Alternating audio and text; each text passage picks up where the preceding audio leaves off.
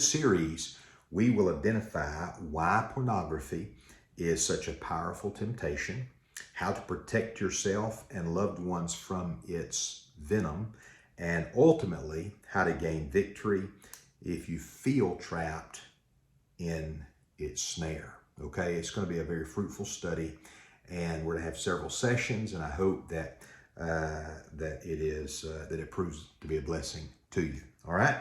So first things first, when we're talking about pornography, there is absolutely no immunity. You cannot isolate yourself or your family from the temptations of pornography, as it is just in our society as a whole. You cannot stand in a line at Walmart without having the vulgarity and certain images staring at you in the face. Okay, so we need to figure out how to combat this. You know, what the real true problem is, why so many succumb to its temptation, and how to defeat it, and how to get freedom if you feel trapped in it. Okay, so let's begin with looking at Hosea 4:6. You know, one of the great mistakes that is often made is thinking that pornography is the main problem, and it's not. Okay,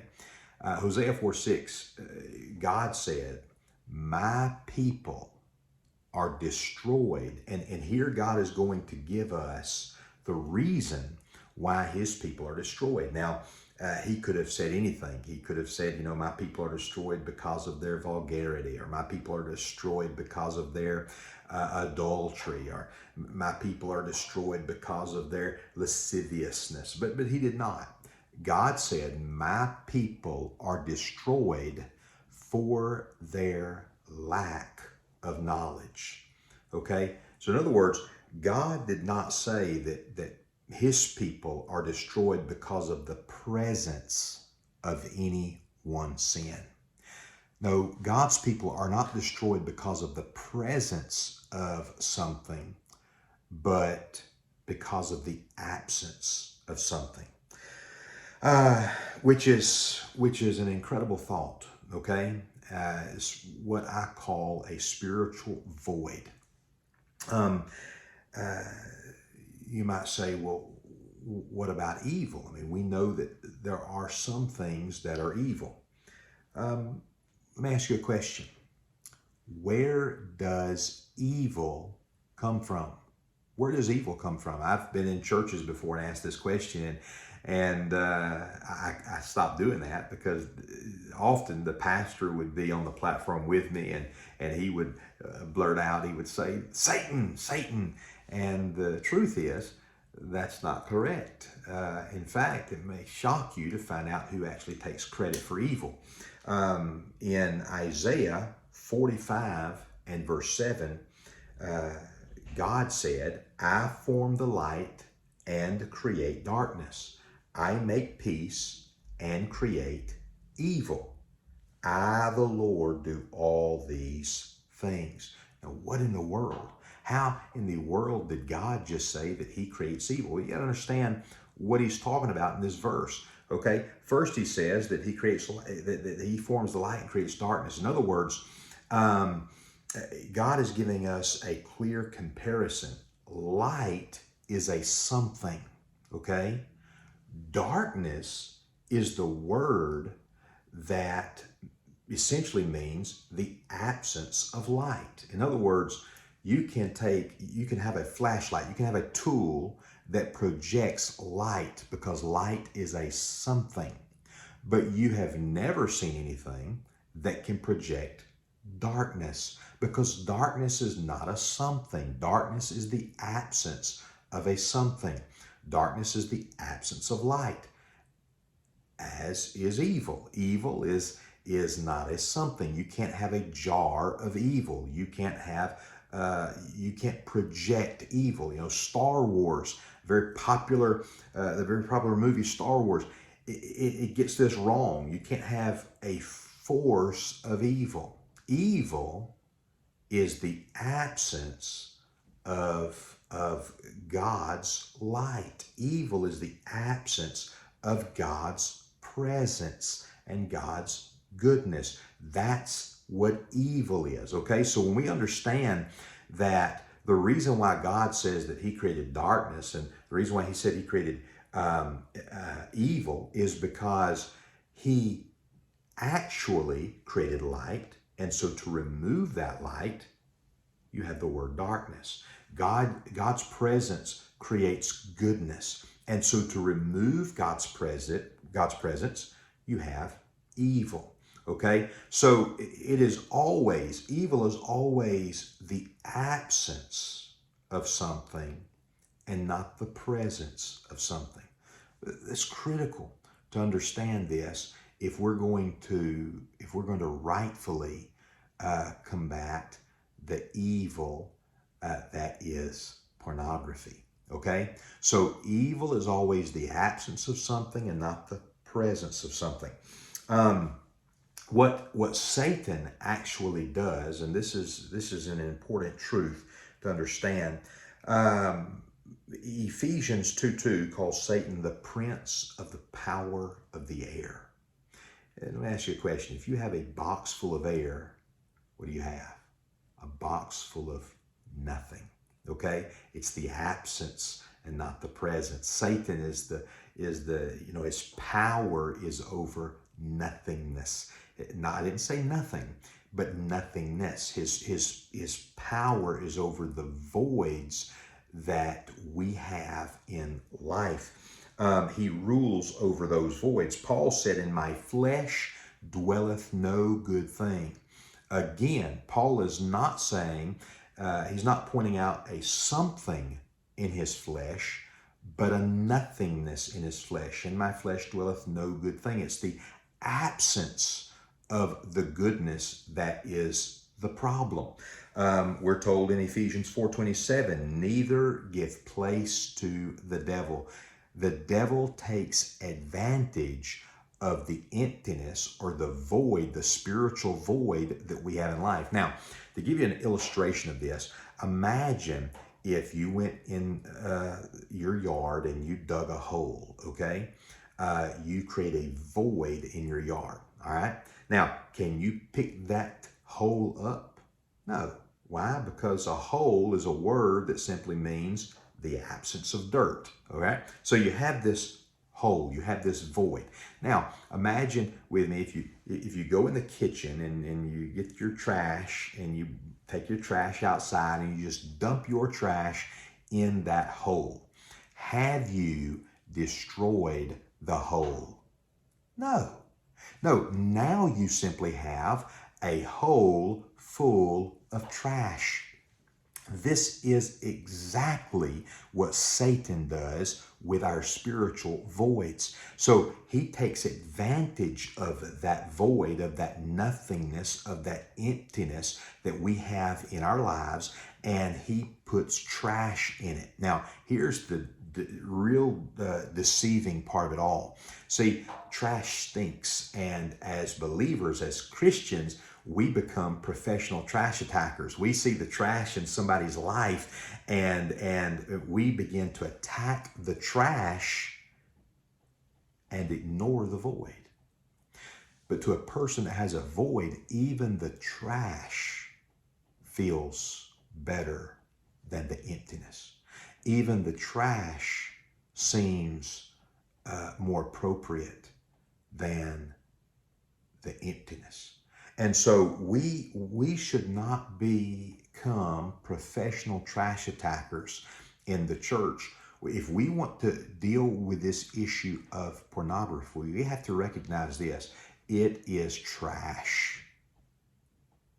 We have to destroy the void.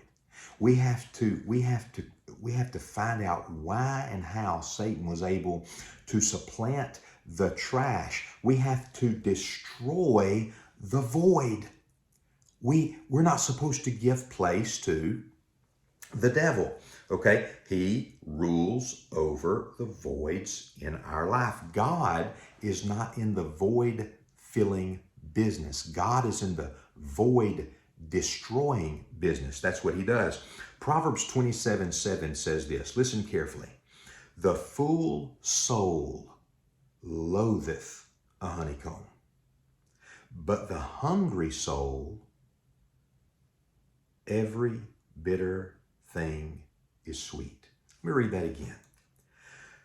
The fool soul loatheth a honeycomb. In other words, oh, if you're full, you can't eat another bite. Oh, you're full. But to the hungry soul, every bitter thing is sweet. A hungry soul desires, and a hungry soul desires so much that it will consume even that which is bitter. A soul that has a void will desire anything, even if it's not healthy, even if it's not good. So the problem is the main problem is not that you're consuming something bad. The main problem is that your soul is empty, that your soul is hungry. The main problem is that you're not full. You're empty. We have to find out why we're empty and destroy that emptiness where we're not vulnerable to the bitter, that we're not vulnerable to Satan and to the temptation of consuming that which is not good for us. I love Krispy Kreme donuts, okay? Absolutely addicted to them, but they are not good for me. All right, so, but I live in a town where we have a Krispy Kreme, and if I go past that sign and it says hot glaze and it's on and it's blinking, man, I want to pull in and I want to purchase 5 boxes of Krispy Kreme. Okay. Now, if I do that, if I get 5 boxes of Krispy Kreme, and I say to myself, I'm going to take these home and share these with my wife and children. You know what? There are good chances are half of those boxes aren't going to make it home. I'm going to consume them. Okay. But why? Because I'm hungry and I'm lusting after that which is really not good for me. However, if I'm stuffed, okay, if I'm full, if I've eaten all the healthy food I'm supposed to eat, even if I were to fall into the temptation of Krispy Kreme, I would not be able to consume, 2 boxes or 3 boxes of Krispy Kreme like I could or would if I was hungry. All right. So it's important for us to understand that Satan is taking advantage of this hunger, of this emptiness, of this spiritual void, and it is the main problem. We have to understand that before we go any further in our sessions together. The main problem is not the trash, but the spiritual void. Okay? Even Jesus warned that a man who is swept clean but left empty is more vulnerable in a worse or more vulnerable position than before. Okay? Emptiness is our enemy.